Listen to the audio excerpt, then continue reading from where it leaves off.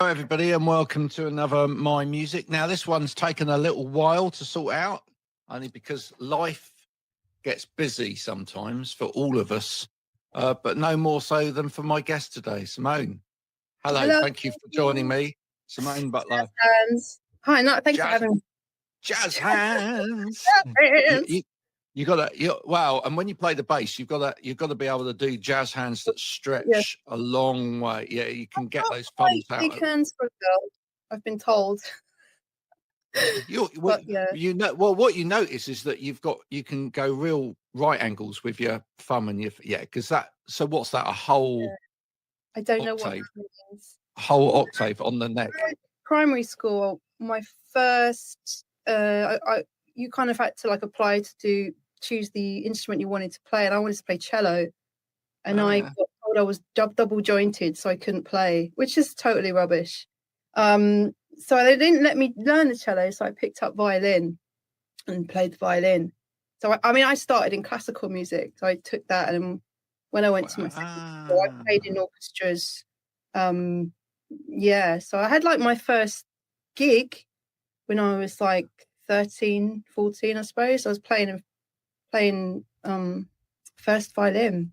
That's the one you have to come in and bow at the end and then start playing. Well, look at you, eh? First violin. We're going to find out about first violin, bass, all of those things straight after this, which Simone is dying to see. Keep on, don't stop.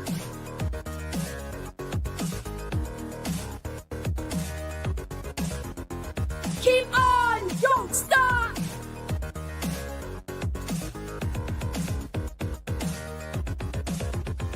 Keep on, don't stop.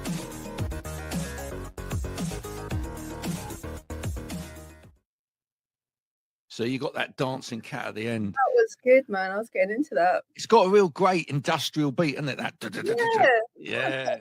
Soul wax thing going on, I love all that. Too many DJs and all that. Yeah. Do you DJ much? Yeah, I DJ a lot. I've been on a kind of touring by most of this year, but when I'm not and I can fit it in, yeah, definitely. My thing is I can be sort of multi-genre, which sounds really pretentious, but doesn't really. It mainly sounds like you're normal. I mainly do electronic kind of acid techno, that sort of stuff. Yeah, kind of a Paranoid London sort of vibe. Yeah. But it's got to have a good bass line, right? Yeah, everything danceable has got to have a good bass line. But I can also do I did a thing for Camden Music Festival the other week, which is more kind of indie rock and roll sort of stuff. So when you DJ, we'll go on to real instruments and whatever in a minute, but when you DJ, are you because the amount of DJs that I see these days, they're mainly playing with CD decks and sound files and stuff like that, whereas back in the day when I went out, it was always record, Does anyone actually do record anymore? Yeah, lots of people do vinyl. My friend Graham Sherman, I played with him at Convenanza a few years back. He does amazing dub sets, reggae, really deep kind of musicophilia type stuff. And I think a lot of that, the original stuff, the real hardcore music lover stuff is on vinyls, because not vinyls. Vinyls isn't a word that annoys the hell out of me when people say vinyls. It is on vinyl, but we do live in, digital age. There's nothing wrong with DJing from a memory stick, because one of the first gigs I had DJ wise was at this place called Gold Bar in Covent Garden. It's not there anymore. And I sort of talked my way into the gig, and I was a terrible DJ at the time. I couldn't even mix, and it's harder to mix on vinyl. Did you say I can do it? Yeah, I just said, can you are you asking do you need anyone? I love that. This. I'd love to come and just play some tunes. So they booked me every Thursday for a 5-hour set, and only paid me in beer. So, but what it meant was to play vinyl for 5 hours is 3 or 4 massive bags of of gear of vinyl. So I think practically when you're you know, flying all over the world, if you're a really successful DJ, it kind of makes sense to have everything digital. And also, if I buy stuff on vinyl that I want to play digital, I'm only going to digitize it anyway to play, so it's on my memory stick. Yeah. I mean, it's the same thing. It's sort of, for me, it's like practicality. Well, really. yeah. Look, a lot of things in music have gone that way, haven't they? I mean, it's like when you watch like videos of bands like Yes and ELP and whatever touring in like the 1970s and whatever, and they literally have a truck full of the keyboard set up. It's a whole truck. I mean, I think when it comes to live bands, that's different. I mean, I'm talking about, you know, live bands that are all live instrumentation. There's a lot of electronic bands that take all kinds of stuff out. I think you can be kind of purist, but like, to me, the best thing is the marriage of both ends, like analog and digital. If you're recording or if you're playing or whatever suits your style, I don't think it's good to kind of be no only this or no only that, because you know, you're kind of missing out on ideas or approaches, I believe. How many basses do you take out with you on a typical tour? Pretty much my main one and a backup, and then another one. Do you sometimes see like people set up and think, why on earth do you need like that? Not really. I suppose you don't get to see many bands set up unless you kind of watch them from the side of the stage, or like they're supporting you, or you're doing a festival or something. I think no, I've seen guitarists like have literally like 15 guitars on the side of the stage. I'm thinking, there's no way, you know, like, there's no way. But you know, you kind of have to allow for all situations. Yeah. I'm not going to judge. It's like such a waste of energy, you know.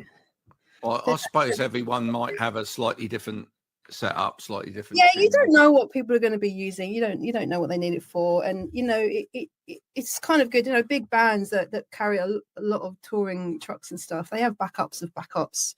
Yeah, shit happens, things get lost or broken, or maybe someone flings a guitar into the crowd or gives it to an audience member or something, or you know, it's like.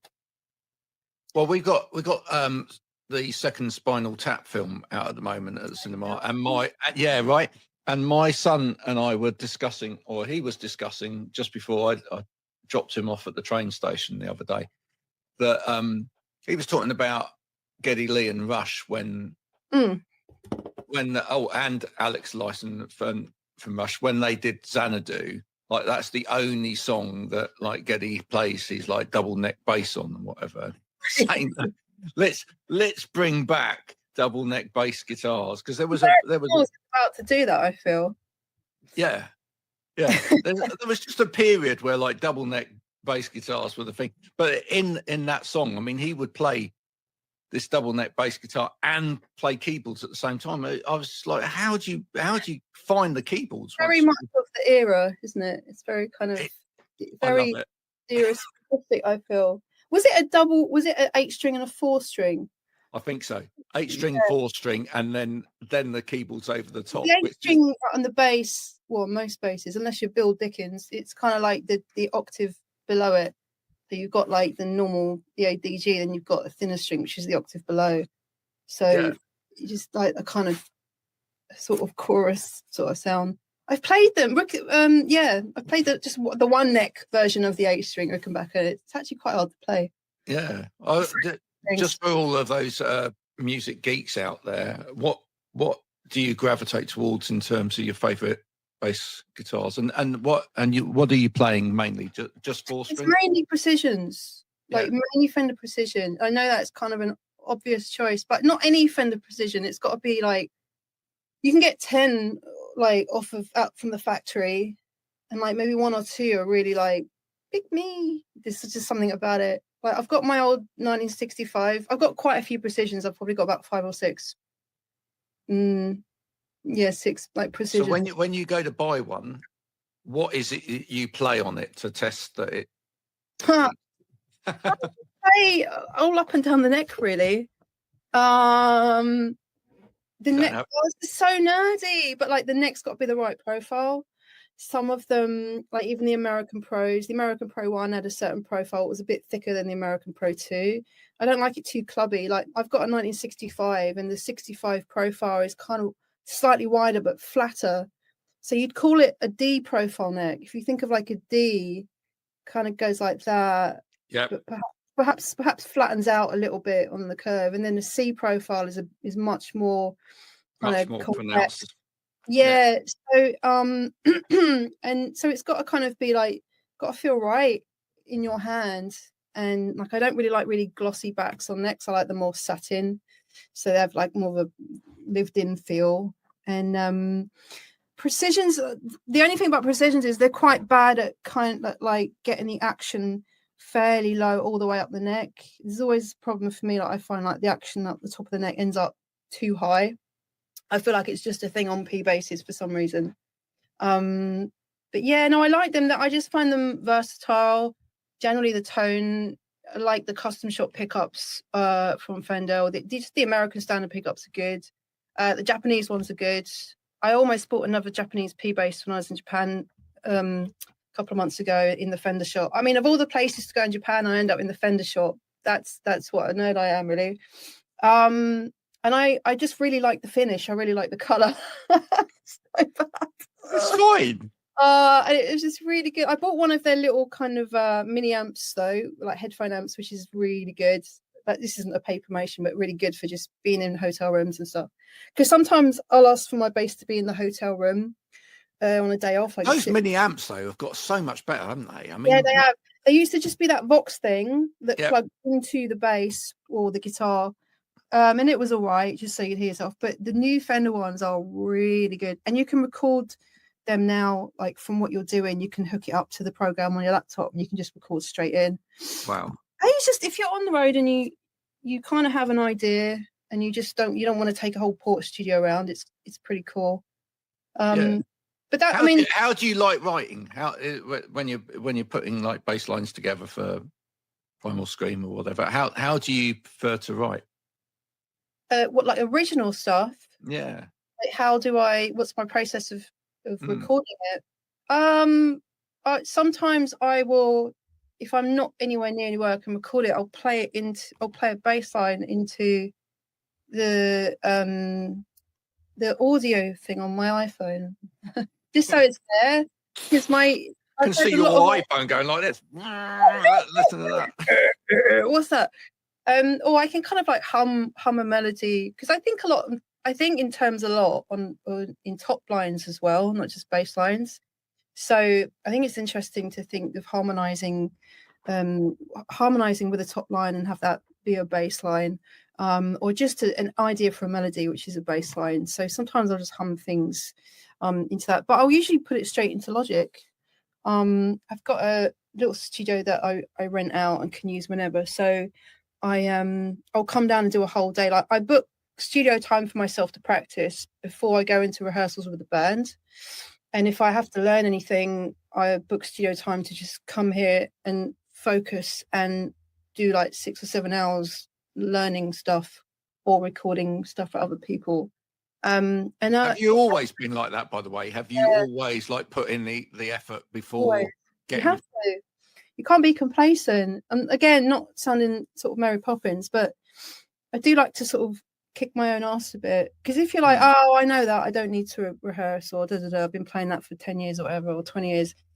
That's exactly when you do need to rehearse. If you think like you know everything and you can remember it, the last thing you want is to be at rehearsal or let alone be on the stage and go, oh, how does this go again? Or, because I'm being paid to get it right. That's my job. I'm being paid to play things correctly. And I'd rather be like over rehearsed than sort of have that clueless look on my face, really. And also I like to come here and just see what happens, like put some ideas down. I've got some things I'm working on my own with some collaborators at the moment. So I always kind of have Logic open and everything plugged in, put any vocal stuff down or bass stuff down. That's the bass I've got today. It's just like a normal, what is this one? Yeah, it's just an American standard precision. So I'm going to spend the rest of the day and early evening here, just sort of putting ideas down, really. Do you lose track of time? Yeah, well, it's like a flashing light, like when my time's up. But like, yeah, I like that thing of being in the studio and just kind of being in that kind of flow state, I suppose people call it. Yeah. So you lose track of time while you're there. Yeah, you know, I'll put my phone on do not disturb, and just to stop me like dicking about and scrolling on Instagram or something. I think I sort of find the process of being really focused quite meditative. It's good because then you sort of take that focus and it kind of follows you around for the rest of the day. Yeah. Do you find like if you have a day where like people are constantly trying to interrupt you and whatever, that you just don't really get much time? No, it just kind of does my head in a little bit. Like I get really sort of overwhelmed with the fact that people have constant access to you 24/7. Yeah. Ding, ding, ding, like, you know, just sending me stuff or asking me for stuff, or, you know, there's people you never hear from unless they want something from you. Sometimes there's like an influx of that, or if we've got a run of shows, it's, can I get on the guest list? Can you get it? I get guest list requests from total strangers online that I've never met. Have you ever had a guest list? Have you ever had a guest list request from someone cool though? Yeah, of course. Like loads of musicians that I know. Like, I'm always gonna accommodate people, but like I've had people be like, because I love it when like people who don't need to ask to be on the guest list ask to be on the guest list. Do you know what I mean? I love that.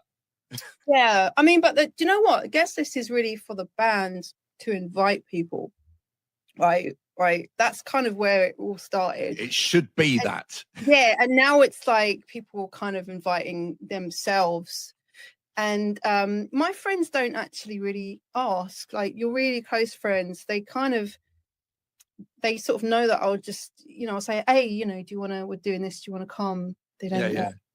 But I mean, it's cool, but I've seen people online like flip out about guest lists and stuff. It can get a bit much. Why am I not on the guest list? No more. I never met you. Why are you not paying to go to the gig? You know. Well, there is that, but you know, it's, you know, if everyone gets in for free, it's nice to have a place after a gig where you got people you generally want to see and catch up, and you do want to invite to the show, and they can all be in a sort of enclosed space. Like that's nice. They're friends and they come and see you. You know, and you do this. How long did it take for you to feel like part of the Primal Scream family? Sort of out, not the band per se, but the bigger family. I suppose it's just a process of like osmosis, really. Like any relationship, you get closer and you spend more time together. And you know, I mainly see the band when we're doing shows and on tour. I do see them outside of the band situation as well, but the majority of our time is when we're working. But touring is quite a it's not your kind of average hangout, is it? You're seeing everyone at 5 a.m, and you know, you're at a Canadian border, you get off the bus and everyone's in their pajamas and bleary-eyed, and you're seeing people tired and, you know, hungry, and it's kind of like it's quite an intense way of getting to know people. But I'd say fairly quickly, they were really sort of paternal, especially Andrew, brought me under his wing. You know, you share a lot of music, you have a lot of kind of deep conversations in buses and on flights. I remember one of the first long flights we ever did, went to one of the first major things I did was the festival in Hong Kong. Don't laugh, it's called Clock and Flap. I know. It's one of those where you looks good on a t-shirt though, doesn't it? Does it though? We were one of those where we get to the hotel and the festival kind of like made a cake in the design of the festival. You know what I mean? It's like all the little details are amazing. I had a really nice. I was sat next to Bob in the flight and like just had a really nice kind of chat about life and like how he met his wife, and you know, it's all those conversations are there for the taking. But no, it didn't take long really. It's just kind of something that progresses over time, I think, like any relationship. Yeah. Did you feel like you were kind of destined to do that job? I suppose looking back, I don't know that specific job. I mean, I remember.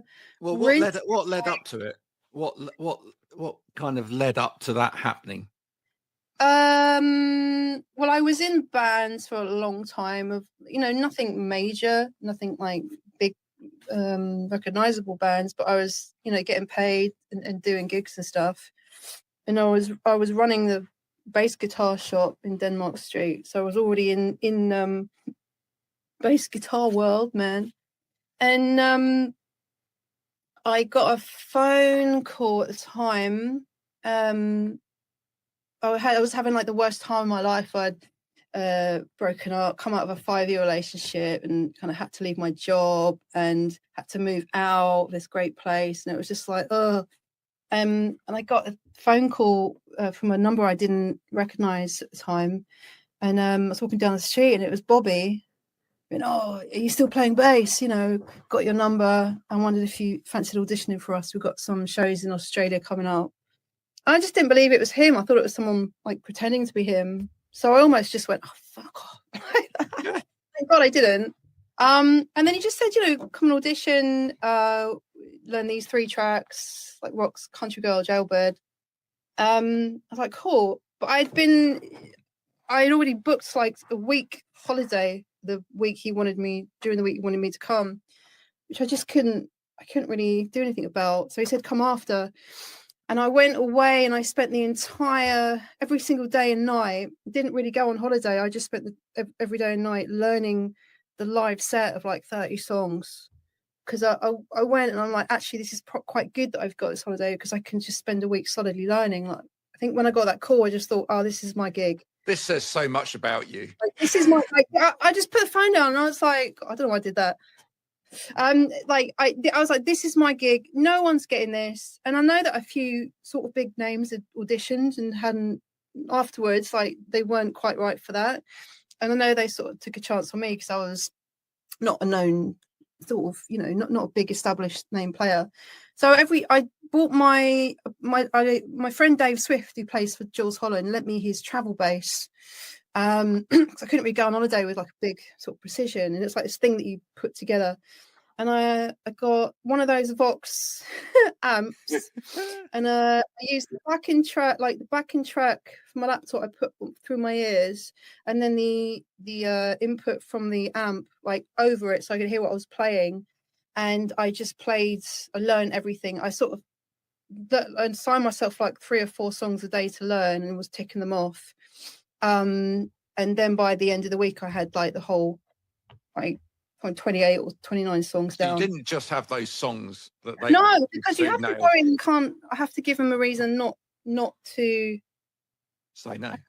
There can't be a reason I don't get it, Yeah. So if I went in with all guns blazing, and we played through the first 3, but then I gave them a bit by 4. I said I know all these as well. So we spent the rest of the afternoon in the studios playing through them. And then they stopped playing, and they all went in the other room and sort of talking, and I was just in the studio room like going fuck. And then Bob came in and was just like, well, yeah, we're into it, like, if you're up for it, you're in the band. So I was kind of like, definitely up for it. Wow. So it was that's like a great story. I loved the Scream before I joined. I think that's why, like, I love the band so much. And that's why when I got that call, I thought, oh, this is so special. This is such an amazing kind of once in a lifetime opportunity. Yeah, I mean, they've been amazing, and they are like amazing guys, honestly. Like they're the real deal. So I'm really, really happy that it worked out. And they've got a great fan base as well. Yeah. It's something when you go and play for a band that's got a fan base who are actually really fanatical about the music, not just like turning up, but that's when you see the real exchange of music and fans, and the reciprocal thing that goes on, and how it shifts people, and like really makes people's lives different. Because I know, we all know those bands that we feel like that about, but then you're kind of on the other side of it, and you see that exchange, especially live, and especially with feedback, and the fans are amazing. Like they really, really, really are. Does it push you to another level every night when you get that? Oh, for sure. Yeah. I mean, I think Bobby is the one that takes it on, really. Like he has the stage, and I think it's a really difficult job to be a frontman and take command of the crowd and kind of lead the way. And he's like incredible at it.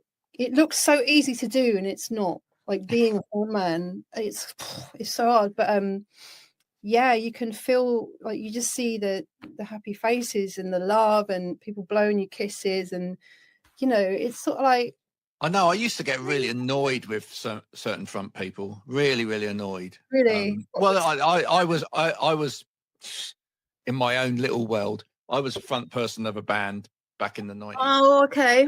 But yeah, like when I used to do sound and light for other bands and whatever, sometimes I just felt like I wanted to go up and shake like the lead singer and whatever, because they were just like, if you felt like they just weren't in it or giving anything energy wise to the performance or whatever, you just felt like, why?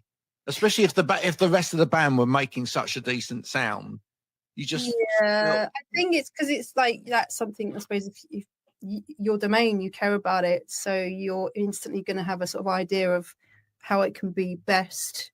And if someone's falling short of that, you're like, oh, why is he doing that? Oh my god. It's hard not to get involved, I think, with those situations. I'm sure anyone would say that in their line of work, you know, like. But it sounds as though this comes from earlier on in life for you as well. I'm sure there must have been situations when you were at school or whatever, where you stayed up later to do more on that history project or whatever, just to be. Art was like that for me. Art and English. Oh, there you go. I loved art. I think I get it from my dad's side. He's very creative, and I did the best. My best subjects were art and English literature and English language, and they're the ones that I got like the A's for and the good grades, because I don't know, there was definitely, I mean, a lot of it was I would always leave things for the last minute and I felt like that being forced into that kind of focus kind of got the best out of me. There's a few times where that's happened in my life, but I remember doing really mad projects. I used to like doing projects and art projects at school. Even in like primary school, I did a project on Japan, and instead of just putting it in a folder, I made a pagoda, right? Like a cardboard pagoda with the top. It was like a chest of drawers, and each drawer pulled out, and it was a different section of the of the project. And I covered it in Japanese wallpaper. Then I painted the top red, and everyone was hand in day. Everyone was like handing in their plastic folders and their ring binders and stuff. And I came in with this. Right, it was raining, and I had this bin liner over it, and it was like, what's all that? And then I sort of took it off, and the teacher was like, wow. And then everyone was like hating me for sort of like going too far. And I had like little sweets in there and all kinds of stuff. Is there a photo of this anywhere? I don't know. Well, maybe in the family album somewhere. I mean, in a way, it's good that we never had these things as a kid. I don't with them. But sometimes I wish I had, there were things, I wish I had that as a photograph.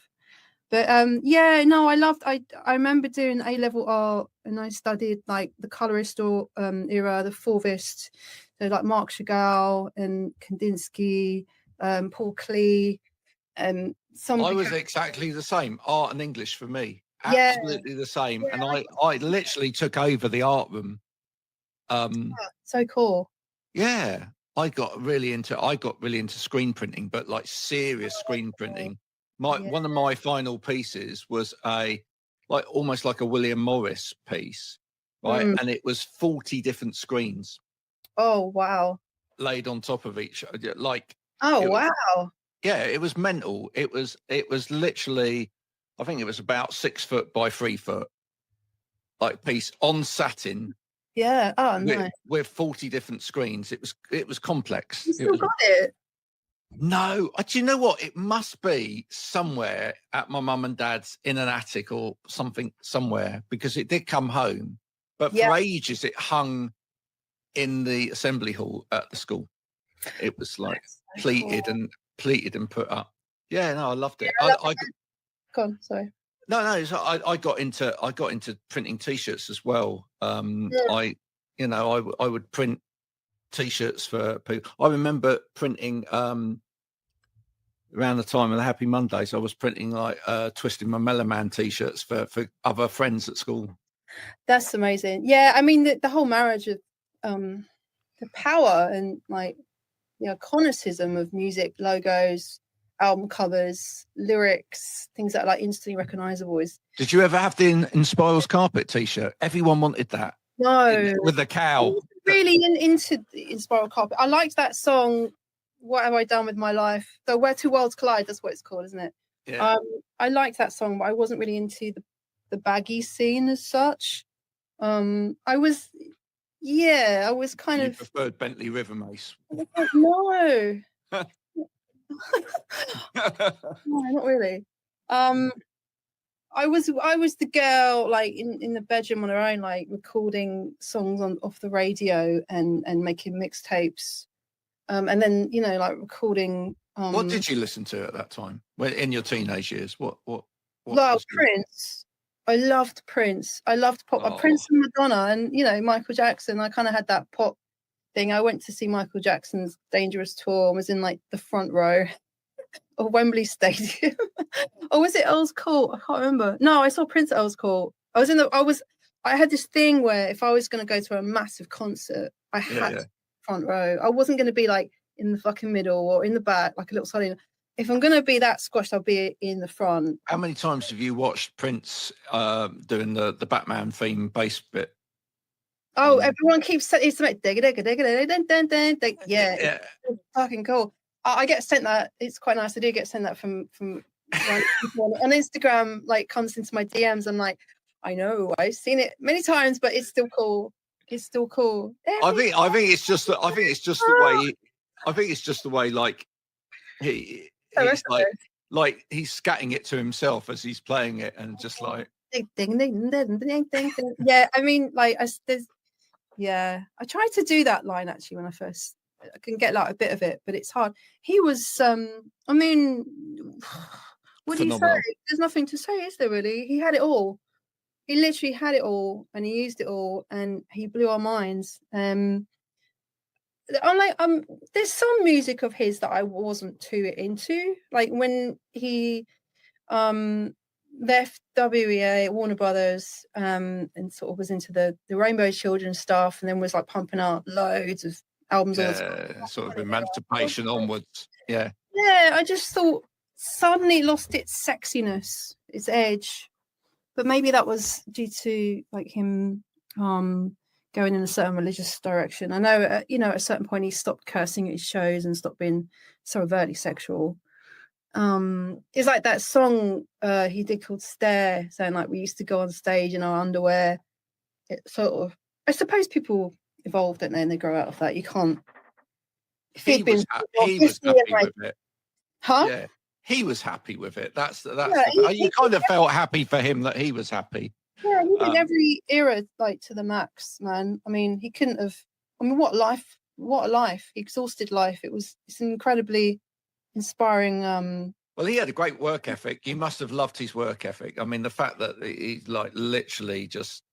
Well, he was beyond work ethic, wasn't he? He was sort of like 24/7. Mental. All the after shows and then going back to Paisley Park and recording stuff, and he would exhaust.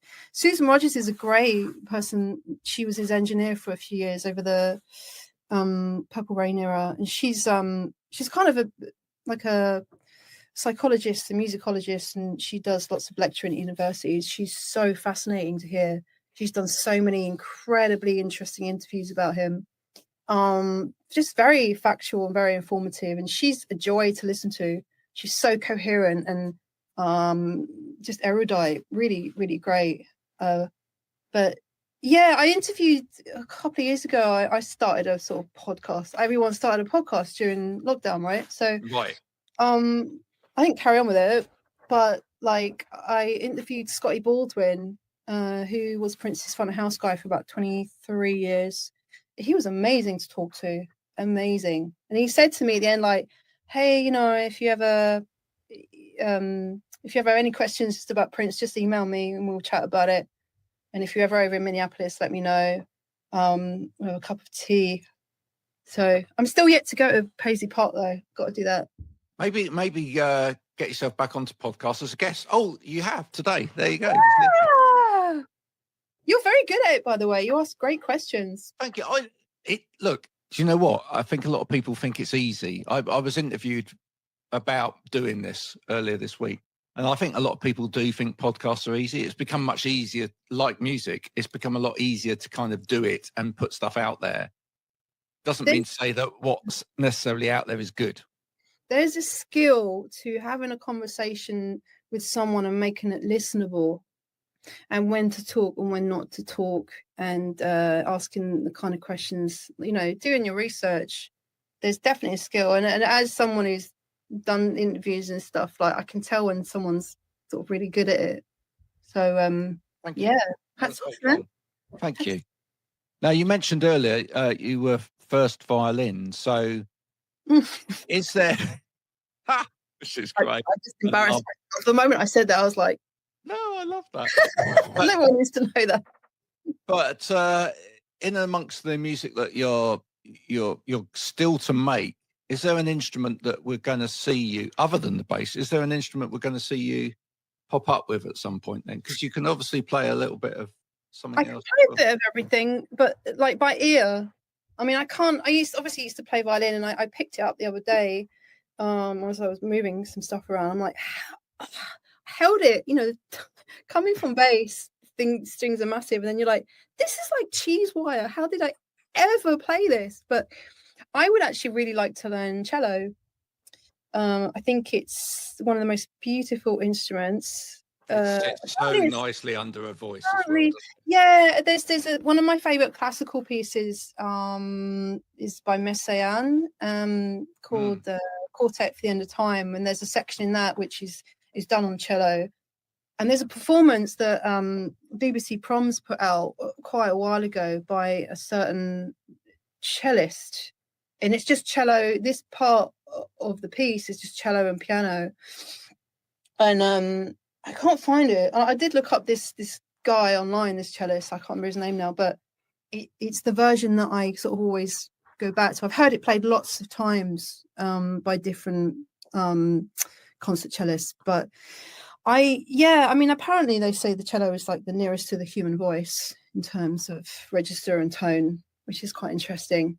But it's just that lower register, you know, because you've got violin and viola, which is the bigger instrument, has like a sort of deeper sound. And then kind of the next thing is really like a cello. And I just think, I don't know if I'll ever be good enough to do it justice, but I would like the sort of challenge of learning it. I used to play flute as well. Don't think I'll go back to that. It's not really my thing, but it's fun. You're not going to be James Galway. No, there are enough amazing flutists out there, but maybe I sort of play a bit of piano by ear. I have synths, and I can, you know, do enough. I really hope you get the opportunity to do the cello thing, because I feel like you'd really love that. I love stringed instruments. I love the emotion that comes from stringed instruments. I mean, a piano is a stringed instrument, really, but I mean, the feeling of the bow on the strings through the human hands, whether it's, you know, in a bit of vibrato, there's something. The connection, right, when you're playing is kind of it's incredible, and also the feeling of the vibration of the wood on your body when it's going on is a really incredible thing. You do have it with bass, you have it with violin, and obviously you have it with cello, where the wood is like literally in between your legs. I didn't really mean to say it sound like that. Oh my god! But that's the kind we won't carry on to me. Is there a more converted nation than the British? I don't know. But like it's kind of, I think that's why I think I was thinking the other day, a lot of music really goes back to classical and blues. like those are kind of like base levels of the structure of music for me. And when you talk, or some interviews, I mean, like Robert Smith's a big Mahler fan, and I think there are a lot that melodically there's quite a few sort of crossovers where he, you know, you can hear a bit of his influence of classical music in some of his stuff. Yeah. And it's interesting to talk to people who, you know, write music or Well, right. I mean, if you listen to something like Alone, from their last album, I mean, and then you listen to something like Resurrection Symphony, for example, the fact that there's this very slow build and then it takes a long time, but then when it does come in, it comes in. The essence or the idea of how classical movements like are. It doesn't have to be like taking the melody from it. Yeah. I mean, I love the fact that, like, when that album came out, for example, like everybody was like so perplexed by the Cure one. The Cure album, and everyone was really perplexed by the you know, the sort of the length of the introductions and whatever to these songs. So you think, well, but the Cure's been doing that for ages. Do you know what I mean? It's like I'm a lifelong Cure fan. My brother works with them. I do know them, and I just think there's such an incredible band with this amazing trajectory that started out, you know, quite sort of punk. And then, like, you know, now they've reached this kind of epic proportions. And for all of that 80s electronic. I think it's already been there. Yeah, of course that. And although they've always been this stable of goth, I don't think goth is really, I don't know if it's a style of music or fashion really, but like if you listen to albums like Disintegration or Kiss Me, Kiss Me, Kiss Me, there's some epic proportion of just instrumentation in those albums that doesn't really follow a sort of formula. Like, to me, they're quite a formulaic band. Apart from their pop stuff, they're quite my guitarist in my band used to argue that Eagle by ABBA was one of the first goth songs. You listen to that guitar line. Okay, I have to go back and listen to that. But ABBA have got some. They're quite dark horse of a band, aren't they? Really?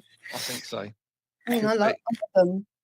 I love throwing things like that in because, you know, it makes people think, oh, I just thought that they were a twee band. I love that song, Name of the Game. It kind of like the bass, like dun dun dun dun dun dun dun dun. It's sort of It's quite sly, isn't it? Yeah, I like it. It doesn't really feel like ABBA until it gets to the chorus.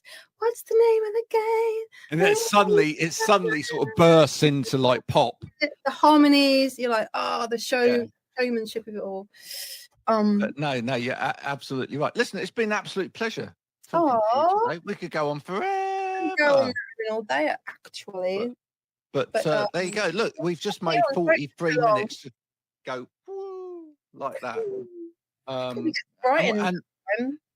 So if you want to trip from London to Brighton, just pop on the podcast. There you go. Make that happen. When are you next coming nearer to me? That's what I want to know. Where are you? I'm in Somerset. That was a bad Somerset accent. Somerset. Don't worry, because I'm not from Somerset originally either. I mean, you're not like. No, I'm from just north of London originally. So. Oh, so am I. I'm from North. NORF. There you go. Not probably this year. Oh, right. We've got a South American tour. We've got a gig on the 17th of October at Troxy with Paul Weller and Inhaler. And then we go on tour South America, Mexico, which is very exciting. Lovely. 50. And then we have a really cool thing on the 22nd of November in Manchester, like a hacienda factory kind of vibe. Loads of cool DJs. And then watch this space. Can't say more at the moment. Hopefully back in the UK at some point, and for a full tour. And if you ever make it Bristol way again, let's make that. Man, yeah, pop me a message and I'll ask for guest lists. Why don't you? Ask for guest list. There we go. You're allowed.